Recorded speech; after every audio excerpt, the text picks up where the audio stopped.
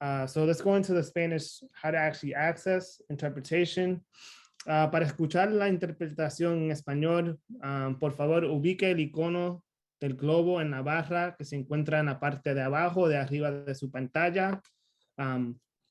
Hágale clic al globo y escoge el español. También tienes que hacer el clic a Mute Original Audio para cancelar el audio que yo voy a estar hablando en inglés durante la presentación. Let's make sure that this is working. Mario, if you can give me a thumbs up, giving people some time to actually get into the Spanish audio. And thank you all for letting us know who you are, where you're at. Really excited to see all of you folks on today. Okay, so we got the thumbs up from Mario, so we can get started now. And before we actually kick off today, I want to start off by saying a land acknowledgement. I will put in the chat a tool, a website that I've used in the past that I think it's important. So please also feel free to drop in the chat. I see some of you done it, the indigenous people whose community you belong to or lands that you reside on. And if you don't know, you can use the tool that I left in the chat. I acknowledge that I live, work, and play on stolen land. I reside on the unceded land of the Tongva peoples. I ask you to join me in acknowledging the indigenous communities, their elders, both past and present, as well as future generations. HIP also acknowledges that many of our institutions have been founded upon the exclusion and the erasure of many indigenous peoples. This acknowledgement demonstrates a commitment to begin the process of working to dismantle the ongoing legacies of settler colonialism.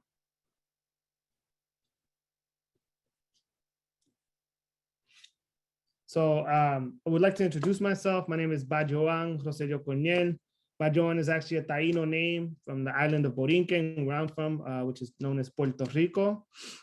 I've been in philanthropy for the last 3 years, but previously I was a union and a community organizer. I spent 3 years in New York organizing airport workers, and then 10 years in Boston doing youth justice work, sustainable economic development work, as well as land justice work, working on community land trust models.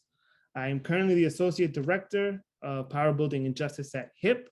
And when I'm not having my HIP hat on, I'm a founding member of a community land trust in Boyle Heights, Fideicomiso Comunitaria Tierra Libre.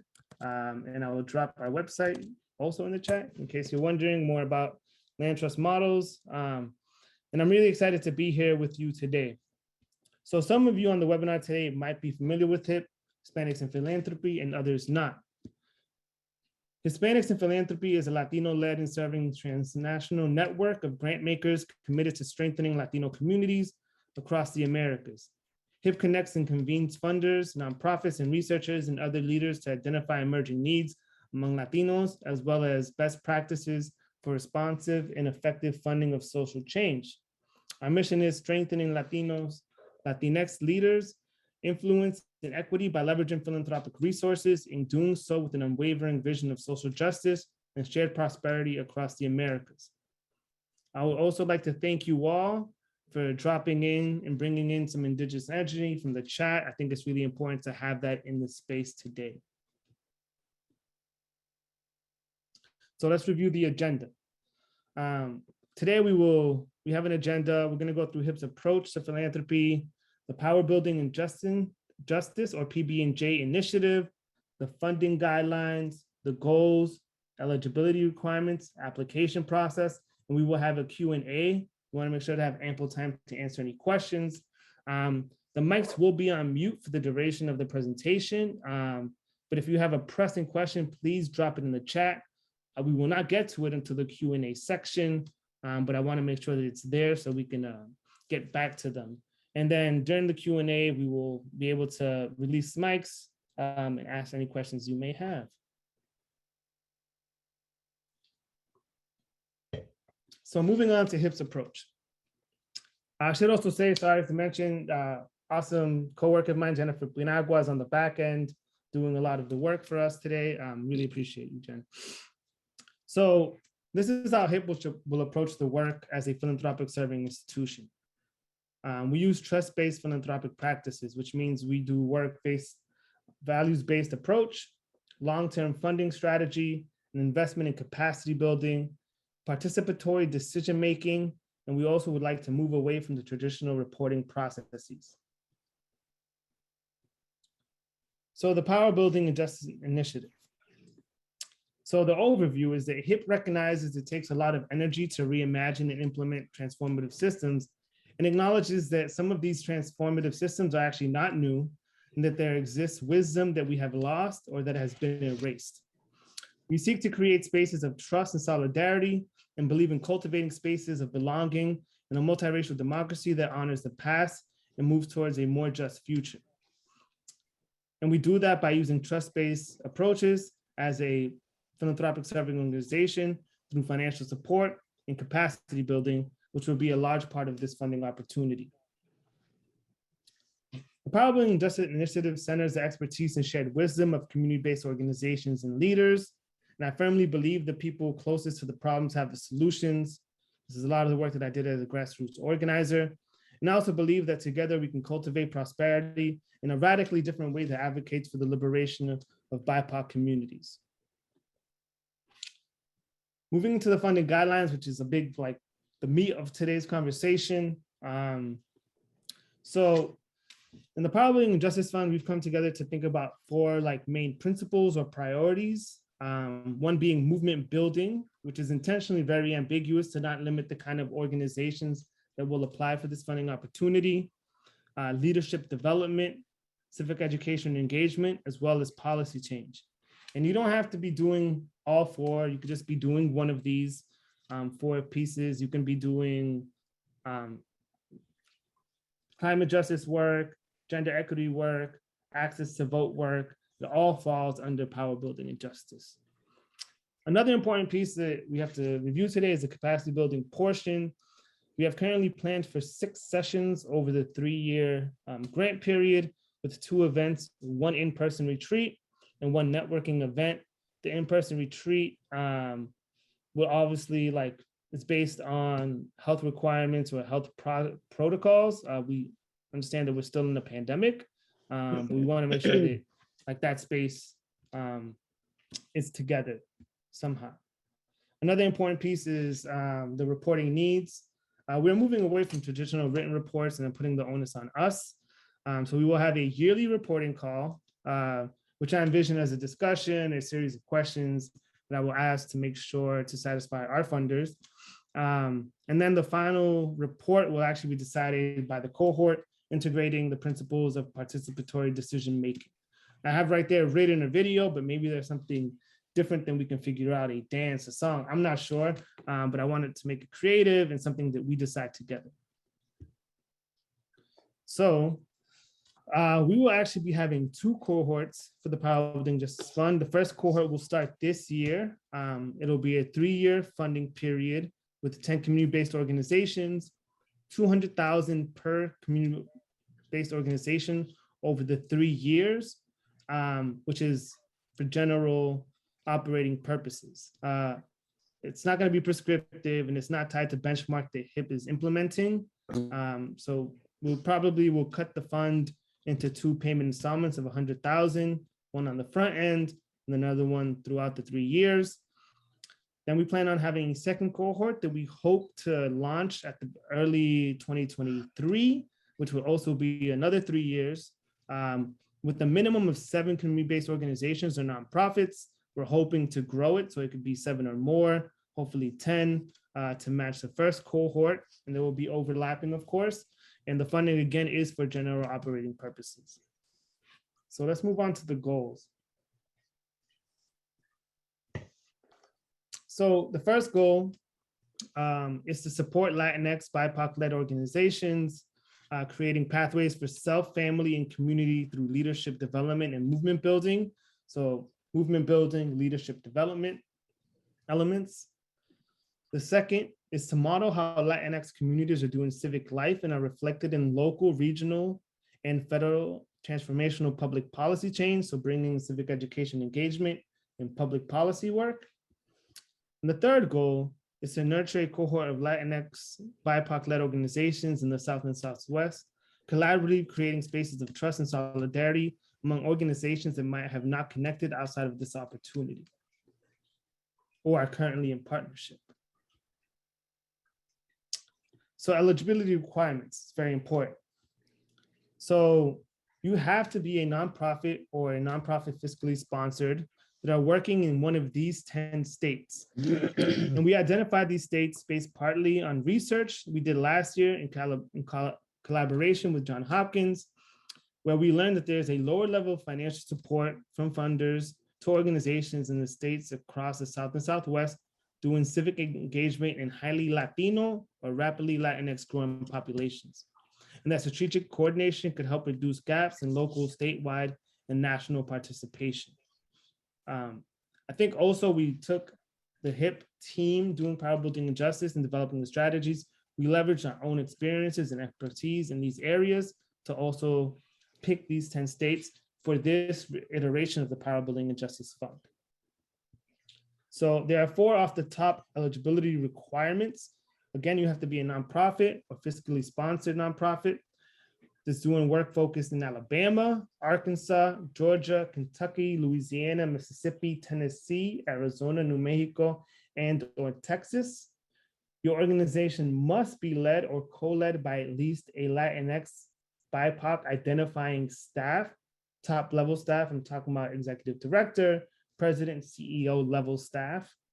The organization must be serving historically or currently under-resourced communities, and your organization must have an annual budget under $3 million.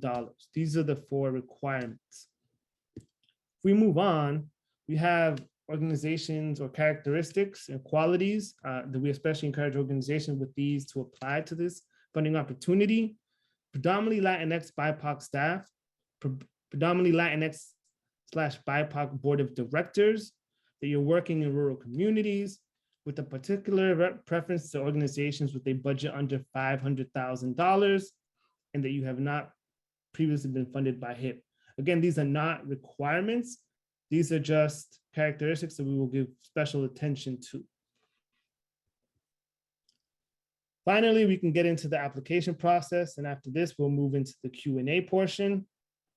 So this grant has a 2-step application process. Step 1, interested organizations must complete a letter of interest form by March 31st, 8 p.m. Eastern Standard Time, so 5 p.m. Pacific. And this must be completed online. You cannot mail it in through an email. We have to use the online platform that we've developed. And we have provided a list of the questions on the website to help you prep for the online portal. Jennifer, could we get to the website so we can show them?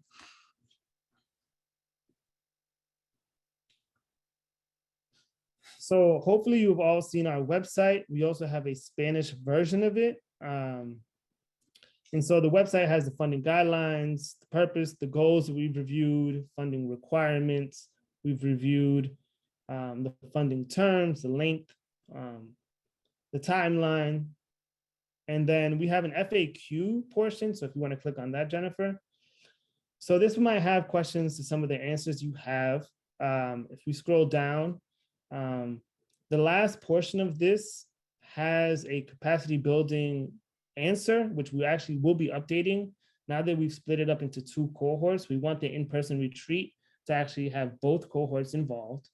And here you can actually click on apply now and get to the drop form, which is how we're doing that letter of interest application, which has also a Spanish version, and you can answer in English or in Spanish.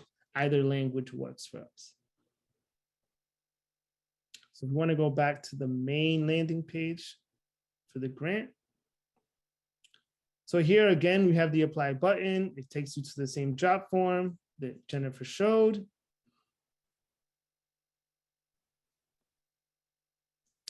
And we also want to show you that if you scroll below that, we actually have a PDF that you can download, which has the questions that will be on the letter of interest application. So if we just want to go through them slowly, Jennifer, you can scroll up quickly. So the first set of questions are low-hanging fruit, organizational questions, anything with the asterisk must be answered is required. So it's your name, the website, name of your contact staff, the title, their email, and the state or states that you work in. You would just click all that apply. You want to scroll down. Your organizational budget, you just plug in a number there. Question number 8, organizational program areas or impact areas. So you don't have to list how you do the work, but please list the work that you're doing around climate justice, maybe voter access, language justice work, list it out. We want to make sure that we have a great mix of organizations as we're picking them. Question number 9 is more of the heart of the letter of interest. We actually want you to describe how your organization aligns with the Power Budget Building and Justice Fund, and how is your organization addressing the root causes of inequitable systems. If you have something that already you've written in other grants that has this information, feel free to just plug it in here. And then the last set of questions are, again, like organizational questions. Percent of the staff that is Latinx and or BIPOC, percent of the board of directors that is Latinx and or BIPOC, what communities you work in. Do you work in rural communities? Are you focused in urban communities, or both? And finally, if your organization has previously received HIP funding. So that's what the job form will ask. This is not a fillable PDF, but you can download it so that you can have the answers ready to plug in.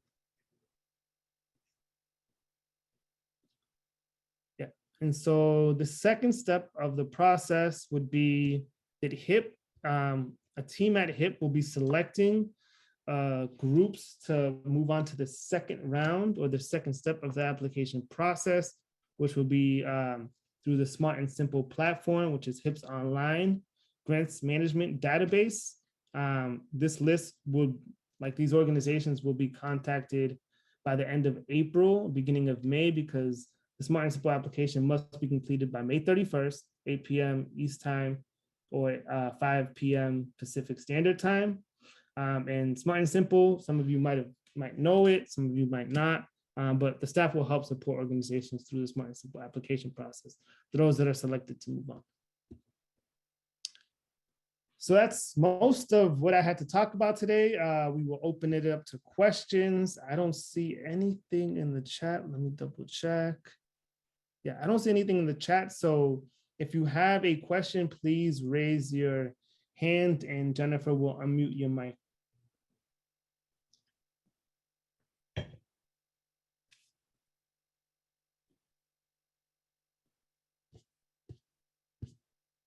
So I do see in the chat, how would the $200,000 over the 3 years be divided up? So it would be 2 grant installments of $100,000. One would be upfront. We're hoping to select the organizations and get the group of 10 by July. So the first grant should go out after the grant letter is signed, $100,000, and then the other $100,000 will probably be sent out halfway through the 3-year benchmark or the 3-year term period. How will you consider a national organization that does work in one of more of the states? As long as your organization is in work in one of the states, you could apply. You just have to list the states that you work in the letter of interest application online portal. You would click on all the states that you work in. Thank you so much for the critical work you're doing. Sorry, I'm gonna make sure I'm getting to all the questions. Can you expand on what trust-based approaches mean? So it's a great question. So having been in nonprofits for the majority of my career, I remember the funders who I like to work with and those who I did not like to work with, to be frank.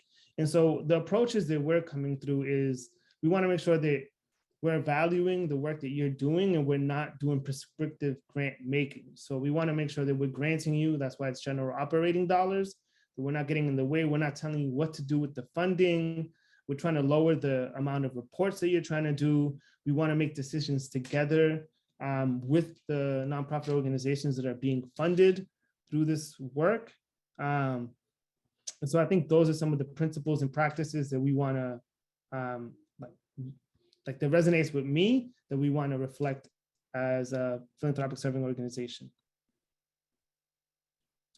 Do organizations with fiscal sponsors qualify? Yes, they do.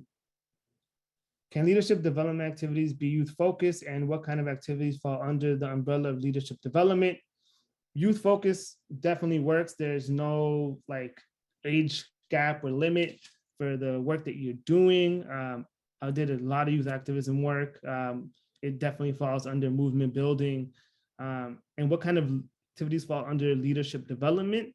I'm not trying to define that question for you. I think it's a lot of the work that I've done, especially in my role with the community land trust work and Boyle Heights and East LA, is do a lot of development with like Latina, Mexican mothers in the community and helping them like understand like their role as like the best organizers in the field, that they have the connections to community.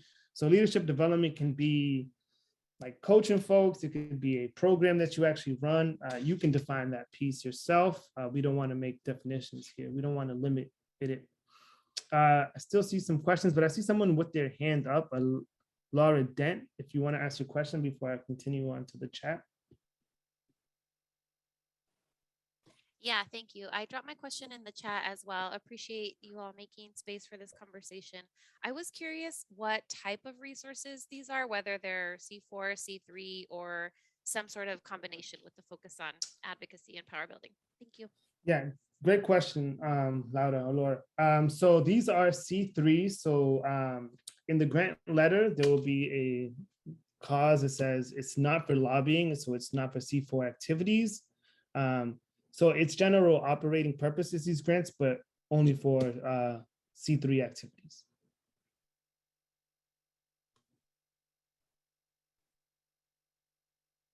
I don't know if you have a follow-up question, Laura, if that answered your question.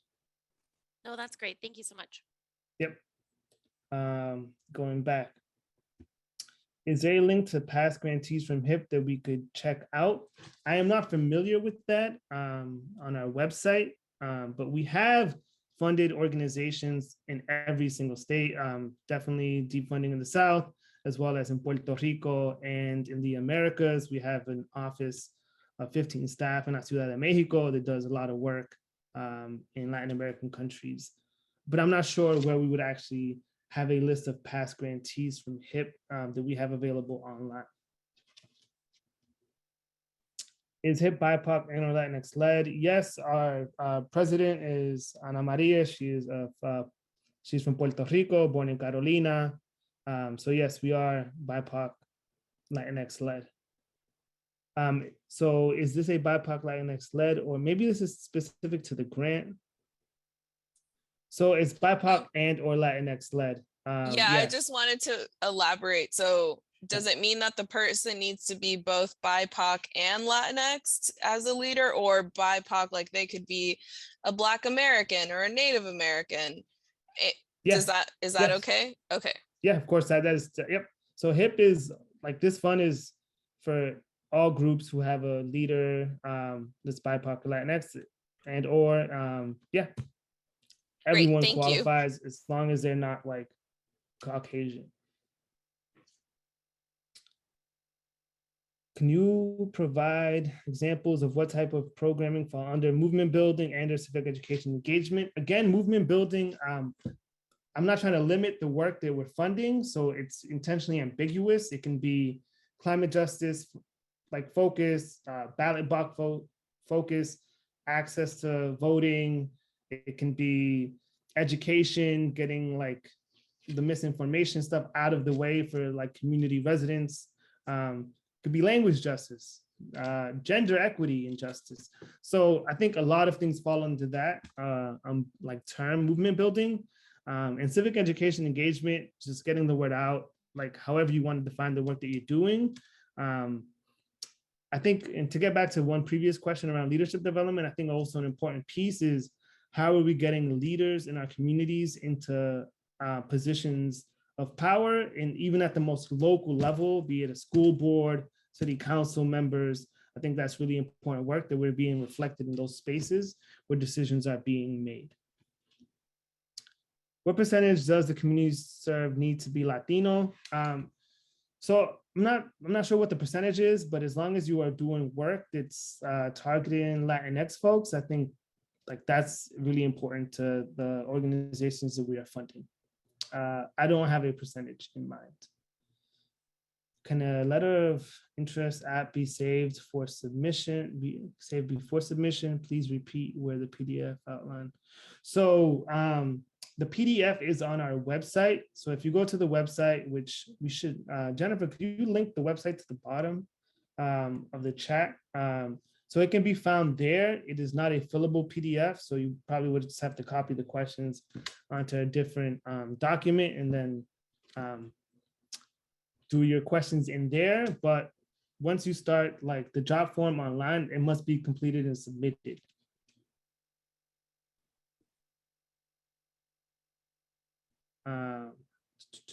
Hello, thank you for this. For the focus on policy and power building, I wanted to confirm, okay, that's been answered.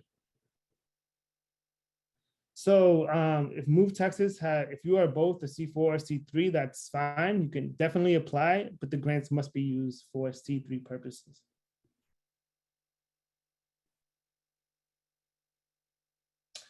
La organización necesita una cantidad específica de personas. No, you don't have to have, there's no number of members the organization needs to have. Like the land trust that I work with has a 9-person board and 2 staff. We don't qualify because it's in Los Angeles, but no, there is not a need of a number of specific employees and or members.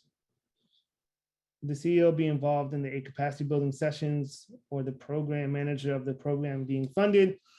We would love to see, like, I think someone from a director level and an organizer be involved in the capacity building. I think that's great, but we're not telling you who should join. But we want to make sure the capacity building has at least has 2 from each organization, going through the 6 sessions, the event in person and the virtual training. It doesn't have to be the same people each time, but consistency I think does help.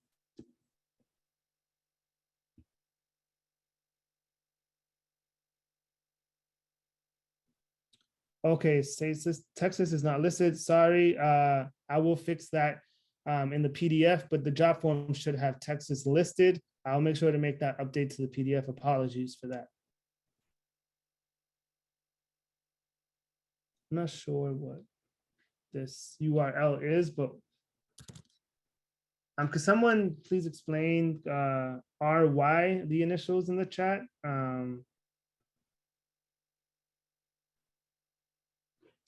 Is the file, maybe the URL is not working, but yeah, we'll make sure to fix issues that are happening in the PDF. I'm not sure why that's happening. Yeah, I think that the PDF was cut, the Texas portion was cut off when we downloaded the PDF, but we'll make sure to update that. Thank you.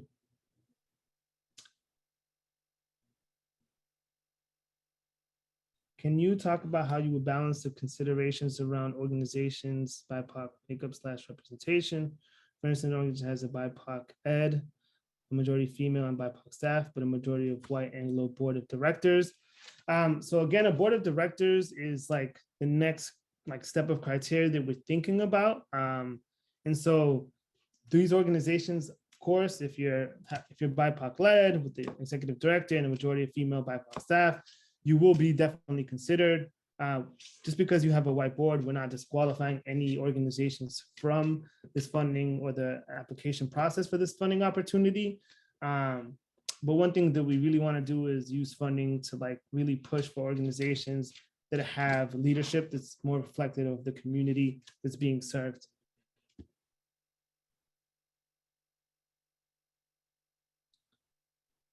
So awesome.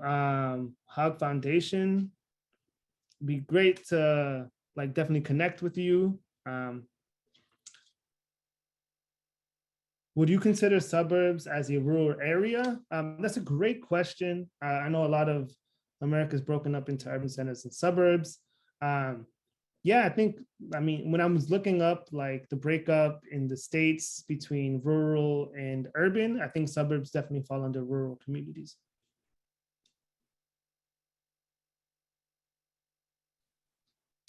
Is the training available for our program participants through HIP, leadership development, organizing, etc.? Judith, could you expand? Are you talking about the trainings as the capacity building sessions? Yeah, I'm not sure if you can hear me, but Yeah. this is for not for the staff of the organization, but our actual program participants. Yeah, it's a great question. We've been trying to figure that out, and I think for the consultants, Revolve Impact are actually the consultants we're working with. We're hopefully like to land as a capacity building sessions. I think it's going to be difficult to have like a lot of, if your organization wants to put in 2 people versus staff, that could also work. But we will only be having 2 people per organization because we're planning to have hopefully around 20 organizations going through it between the first and second cohort. And these sessions to be more intentional and grounded, we don't want 100+ people. So we'll let you decide who are the 2 people from your organization to join the sessions. But yeah, it doesn't necessarily have to be staff.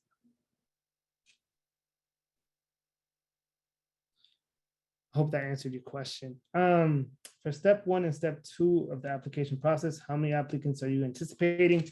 So I'm not sure how many people will be applying for step 1. We had over 140 people registered for this webinar today. I'm not sure if we're going to get 140 applications, more or less. We are not sure. So for step 2, we're hopefully going to be able to actually filter down for the second step around 15 to 20 organizations to move on.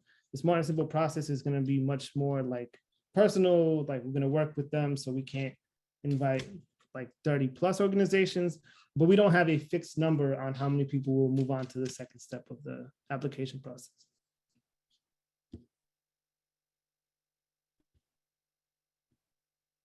Does IP have experience, history of funding, working with queer and trans specific organizations? Yes, we do.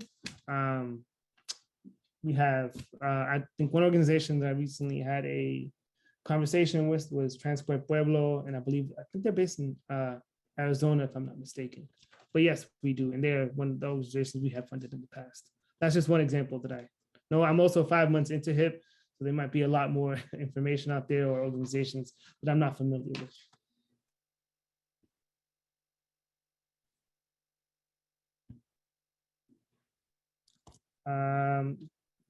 There will be a second round of applications for the second cohort. Everyone will be pulled out of this round of applications and split into 2 cohorts. So that's a great question. So one thing that we have not, and Teresa have not figured out, is how the second cohort process will be.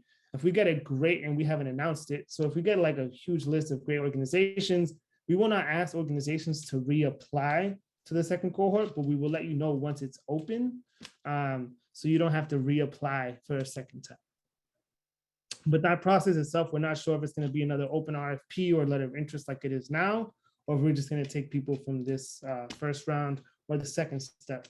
But we will make sure to everyone on this webinar or anyone who registered and wasn't able to make it, we'll keep you on a list and let you know about what decision we have made. Could this funding be used to prep support BIPOC staff to assume leadership of a non-BIPOC led organization? Sure, like we're not trying to limit what you're using the funding for. Leadership development is one of the core pieces that we want to help fund, and I think that falls under that. Perdón, I didn't hear you answer the question asking if you accept orgs who are fiscally sponsored. Yes, we do. Are there any questions that I missed in the chat? I know there were quite a few, or any other pressing questions. We will make sure again to upload these questions and answers to the FAQ, which we will be updating in the next 1 to 2 days.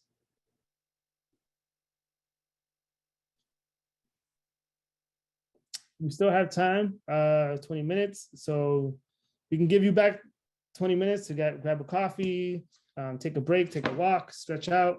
But I see some more questions coming in. What can an org do to make themselves stand out from the pack of applicants? Great questions. I think this definitely would be in the 300-word question of how your work aligns with the Power Building and Justice Fund and what you're doing to disrupt inequitable systems. Also, like we're trying to, again, I said it during, we were showing the PDF that we want to get a good mix of organizations that are doing different work.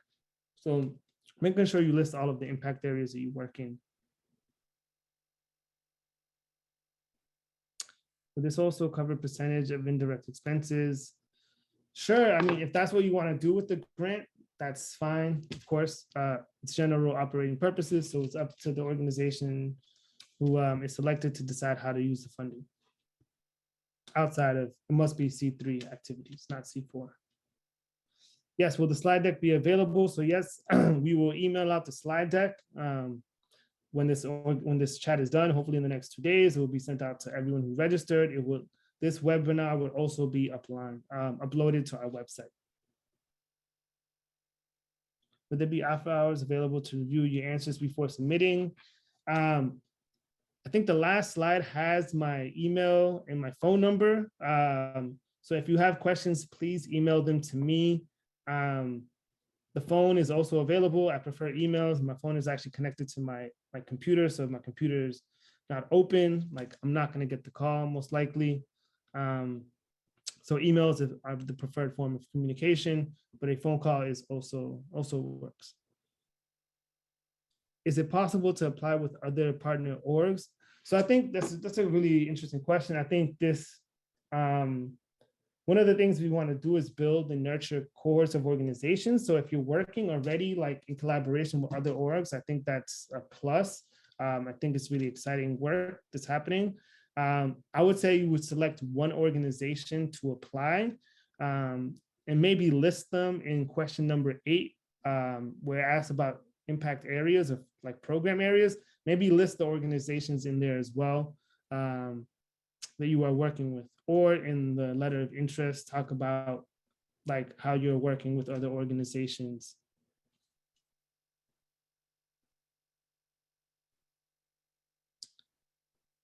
So any more questions or any questions that I may have missed, please drop them in the chat or raise your hand. Chaneta Soto, your emoji has a hand up, so I feel like you always want to ask a question. So sorry, my hands is down right now. No, it's a bad joke. It's a dad joke, and I'm not a dad. Apologies to all on the call for that. So yeah, I think we're good for now. Again, email me, please, if you have any questions. Azul, I see you just came on camera. Saludos. Cool, great. Well, thank you all for coming. I really appreciate this. I'm really excited about this. And yeah, have a pleasant rest of your Monday. I know it's an early start to the week, but enjoy. Looking forward to reading some of your applications.